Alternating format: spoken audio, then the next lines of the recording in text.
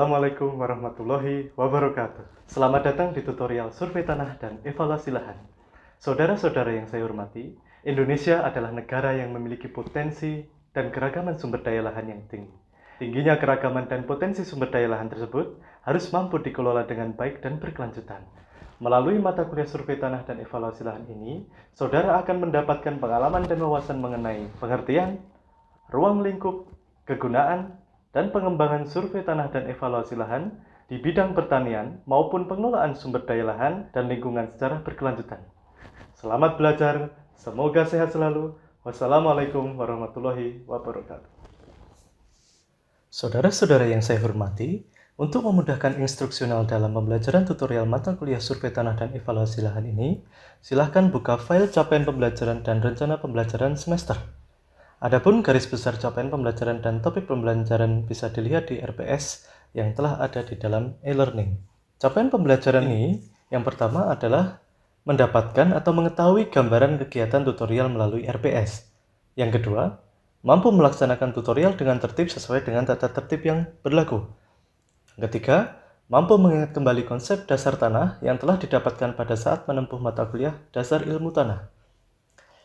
Instruksi pembelajaran, yang pertama, baca RPS dan tata tertib yang ada di e-learning, kemudian lihat video pembelajaran ini, kemudian ikuti game memory training tentang dasar ilmu tanah, dan yang terakhir adalah kerjakan tugas.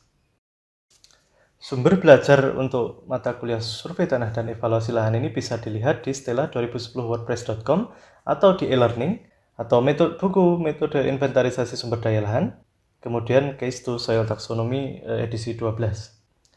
Adapun materi-materi yang terdapat pada mata kuliah survei tanah dan evaluasi lahan yang akan saudara pelajari selama 1 semester terdiri dari 14 tatap muka, di mana tatap muka terakhir adalah kuis ya. Jadi materi yang pertama adalah pendahuluan. Pada materi ini saudara akan mendapatkan gambaran kegiatan tutorial melalui RPS, kemudian melaksanakan tutorial dengan tertib. Yang ketiga adalah mampu mengingat kembali konsep dasar ilmu tanah. Ilmu tanah dasar merupakan landasan yang harus kemudian dipelajari terlebih dahulu sebelum mengambil survei tanah dan evaluasi lahan. Pada materi yang kedua, dinamika bumi, saudara akan mengetahui teori-teori terbentuknya bumi. Yang kedua adalah mengetahui pembentukan relief bumi, dan yang terakhir adalah memahami perbedaan masing-masing bentuk lahan yang ada di permukaan bumi. Sedangkan tatap muka materi ketiga yaitu pengenalan peta. Di sini ada 2 tujuan pembelajaran atau capaian pembelajaran, yaitu mengetahui komponen-komponen dari peta, dan yang kedua adalah terampil menentukan arah, jarak, dan luasan pada peta RPI. Materi keempat yaitu persiapan survei tanah.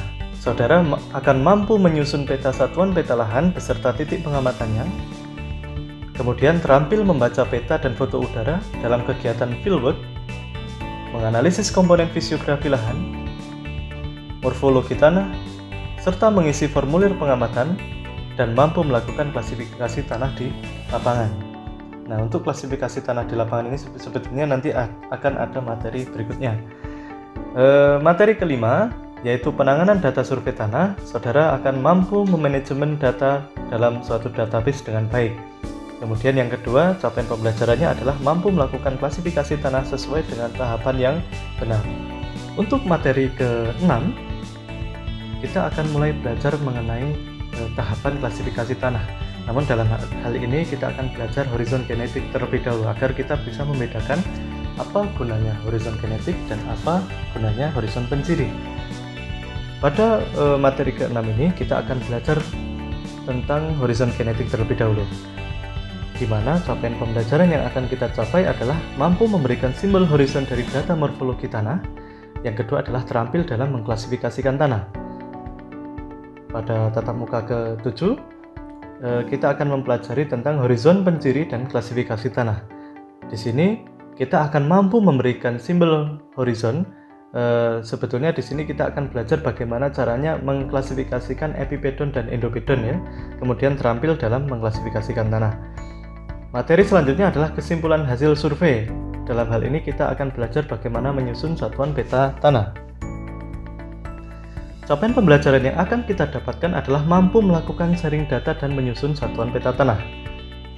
Pada materi klasifikasi kemampuan lahan atau materi ke-9, kita akan terampil dalam mengevaluasi kemampuan lahan, serta mampu melakukan plotting hasil evaluasi kemampuan lahan ke dalam peta. Pada materi ke-10, yaitu klasifikasi kesesuaian lahan, kita akan mampu mengevaluasi lahan secara aktual dan potensial, serta mampu melakukan plotting hasil evaluasi kesesuaian lahan ke dalam peta. Pada materi ke-11, di materi ke-11 kita akan belajar mengenai evaluasi kemampuan kesuburan tanah. Di materi ke-11 kita akan belajar tentang evaluasi kemampuan kesuburan tanah, di mana kita akan terampil dalam mengevaluasi kemampuan kesuburan tanah itu sendiri dan mampu melakukan plotting hasil evaluasi kemampuan kesuburan tanah ke dalam peta. Materi ke-12 adalah rencana tata ruang atau zonasi. Capaian pembelajarannya adalah mampu menentukan pilihan penggunaan lahan terbaik dalam satuan peta lahan tertentu, kemudian mampu merencanakan rencana penggunaan lahan sesuai dengan hasil evaluasi lahan. Untuk materi ke-13 adalah penyusunan laporan akhir. Jadi survei tanah ini harus ada laporan akhir sebagai bukti akuntabilitasnya. Di mana pada penyusunan laporan akhir ini, saudara akan mampu menyusun laporan hasil survei tanah dan evaluasi lahan yang kemudian disusun secara sistematis dengan lampiran berupa peta dan informasi-informasi lain terkait hasil survei. Terakhir, di materi ke-14 kita akan kuis untuk melihat seberapa besar ketercapaian mata kuliah survei tanah dan evaluasi lahan ini. Demi lancarnya kegiatan tutorial survei tanah dan evaluasi lahan ini, maka ada tata tertib yang harus saudara perhatikan baik ketika saudara mengikuti tutorial secara offline maupun secara online. Tata tertib untuk perkuliahan dalam hal ini tutorial survei tanah dan evaluasi lahan secara offline bisa saudara lihat pada tampilan gambar berikut ini.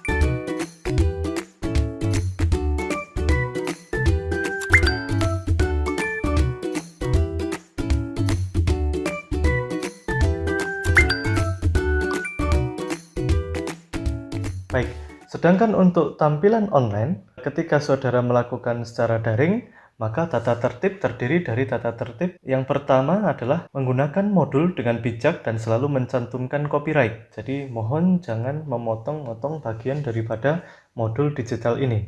Kemudian yang kedua adalah dilarang mengcopy sebagian atau seluruh isi modul tanpa seizin dari penulis. Dan yang ketiga adalah dilarang mengedit video untuk kepentingan pribadi dan tanpa seizin pemilik modul. Demikianlah akhir dari tutorial hari ini. Semoga bermanfaat dan menambah wawasan saudara semuanya. Viva Soil, Soil Solid.